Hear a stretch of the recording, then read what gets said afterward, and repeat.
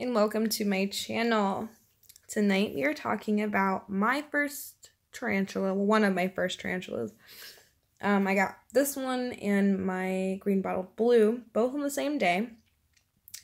This is Nagini. Her scientific name is the Caribbean versicolor, with her common name being the Martinique pink toe. And you can Google pictures of these guys, they're super pretty. So the story with the C versicolor is they used to belong to Avicularia. They were then reclassed right when I got into the hobby, so that was really hard for me to mentally transfer that over into a different genus. And for the longest time I always referred to them as Avicularia, but they're not, and it honestly irritated a lot of people. So Avicularia is, if you don't know, a genus. It's a large genus of arboreal spiders that range from the Caribbean to South America. It's pretty famous when you really look into it. Females live about 12 years and males live 2 to 3. That being said, I don't know exactly what Nagini is. I have been waiting for her to molt so I can sex it. Males live 2 to 3 years. That's usually for various reasons. A lot of the times they get eaten during mating. But if they don't, the average is roughly about 2.5, 3 years. Let's see if I can zoom in on her a little bit so we can get a good picture. There we go. I got Nagini as, I believe, a 1/2-inch sling, and I paid like $25 for her.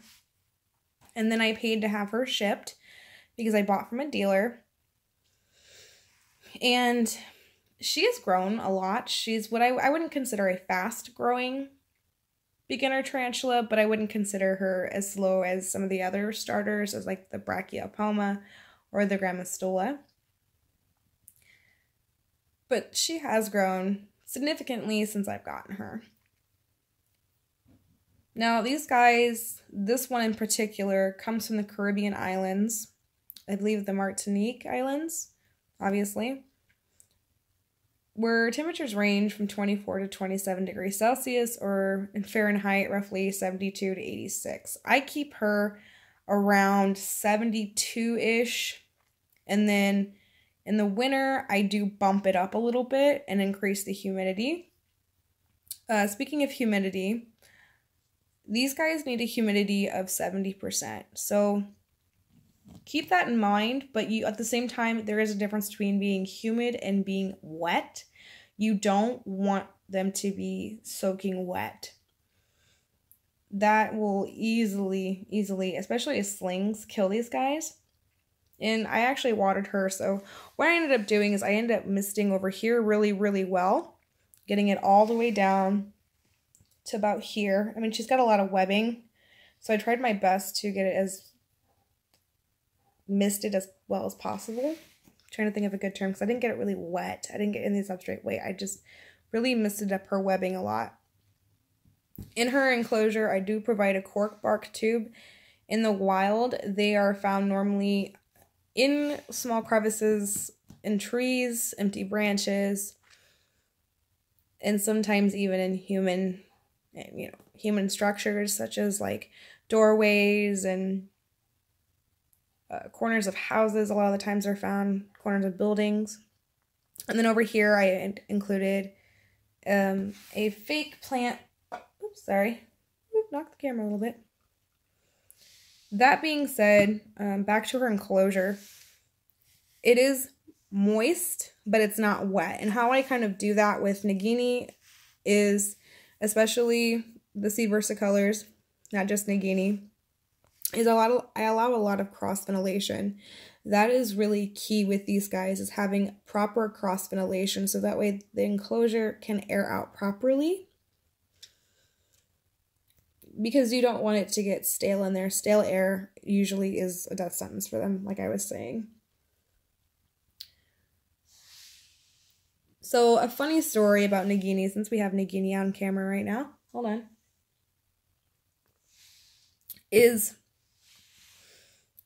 when I first got into tarantulas, I really had no idea the true definition of arboreal.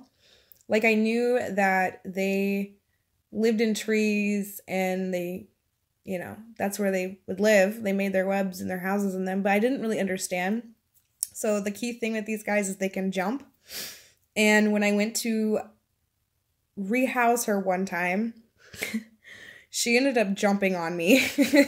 So as a previous arachnophobe, it was pretty terrifying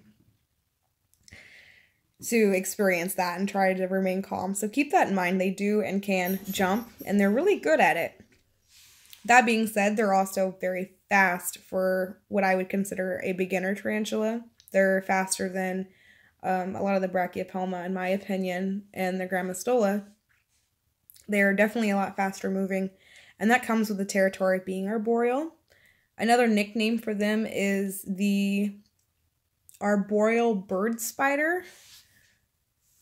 If that gives you any idea. I haven't really looked into the name of that. I just found that out not too long ago. I thought it was kind of interesting to think of that. So another thing you have to realize with these guys is, yes, they're New World, which means their venom isn't really going to land you in the hospital, so to speak, but it's still going to be unpleasant. It's going to be similar to a bee or wasp sting. I've personally never experienced that from her. You could probably go on arachnoboards and do your own research that way. But they do have urticating hairs. Some of the other beginner tarantulas, they flick their hairs. These guys will rub their hairs on their abdomen. So their abdomen is that little striped area right there. And they will end up basically like going on something like your hand, so to speak, and just kind of rubbing their abdomen on you versus kicking their hairs like a lot of the other ones do. She's a pretty good eater. So for a beginner tarantula, it's something you need to consider is you need to think of how good of an eater is it. And she's pretty good. For the most part, she eats like clockwork unless she's in pre-molt.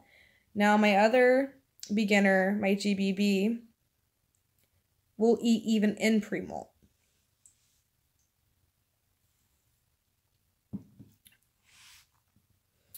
As slings, like little itty-bitty babies, they're commonly found on the closer to the ground. And the bigger they get, the more, or I guess more arboreal they get. Her, when she was a itty-bitty little sling, she would kind of chill out by that plant back there. You can kind of see it. And then as she got older, she started webbing up her enclosure a little bit more and kind of hanging out, as you can kind of tell, behind the cork bark, more towards the top. She's even webbed the lid. I had to carefully pull that off. Now, another funny story with her, she's my eventful one, she's my trouble child, is when I first got her. Keep in mind, my keeping was not perfect, meaning my vent holes were too big. And she ended up getting out, and I didn't know. And I was laying in bed, and my end table light was on, and I remember looking up and seeing the spider on my ceiling, this itty-bitty little spider. I thought, well, it's a house spider, but let me check, because it seems kind of different. So I asked my boyfriend to catch cup her, and I asked him, I says, that one of ours? And he catch cups her and brings her down. And sure enough, it was Nagini. So I ended up putting pantyhose over the enclosure to kind of keep her in. Just a little funny story about her. I guess this is just going to be a quick video. Just kind of touching base on these guys and kind of just some quick info. You can find a lot more info on arachnoboards. That's where I went on these guys. They're pretty common in the hobby. You can usually find them, I guess, at around $25, $30-ish. You can also go on Facebook groups and find them probably maybe a little bit cheaper. Not quite sure. I haven't looked for one since I got her. But a lot of the info you can find on them is arachnoboards. You can, again, go on Facebook groups. YouTubers, a lot of YouTubers keep these guys as well. So you can feel free to ask anybody on Facebook or arachnoboards or even like watch a couple of videos from some pro keepers. Like I said, I'm by no means a pro keeper. I've been in the hobby for a year, and I mean, I think she's interesting. But again, like my personal opinion on these guys is I'm partial to arboreal. So anything arboreal I freaking love. I honestly would not consider, unless you do your proper research and you are in the mindset of this is what it has to be done, this is what it needs, and kind of basically get your ducks in a row with these guys, they're a great beginner. But if you're just looking to get a tarantula and you're not quite as confident, I feel like, oh, what's the word I'm looking for? I feel like more accidents would happen with these guys. They're still a great beginner, as long as you keep that all in mind, that, yeah, they need plenty of room to hide and to web up and climb. They need the proper ventilation. They need moist, but not wet. Then you should be fine. I think they're a great beginner. Not only that, but when they're little, they're so pretty like this. Like, she's starting to get her adult colors in. And when she was super little, she was this bright, like, Sonic blue. Like, you know, Sonic the Hedgehog? She was like that blue. And as she matures, she will turn into this brilliant, like, trippy colored spider. And just, it's really mind-blowing. That's probably one of my favorites, just because of the adult coloration in them.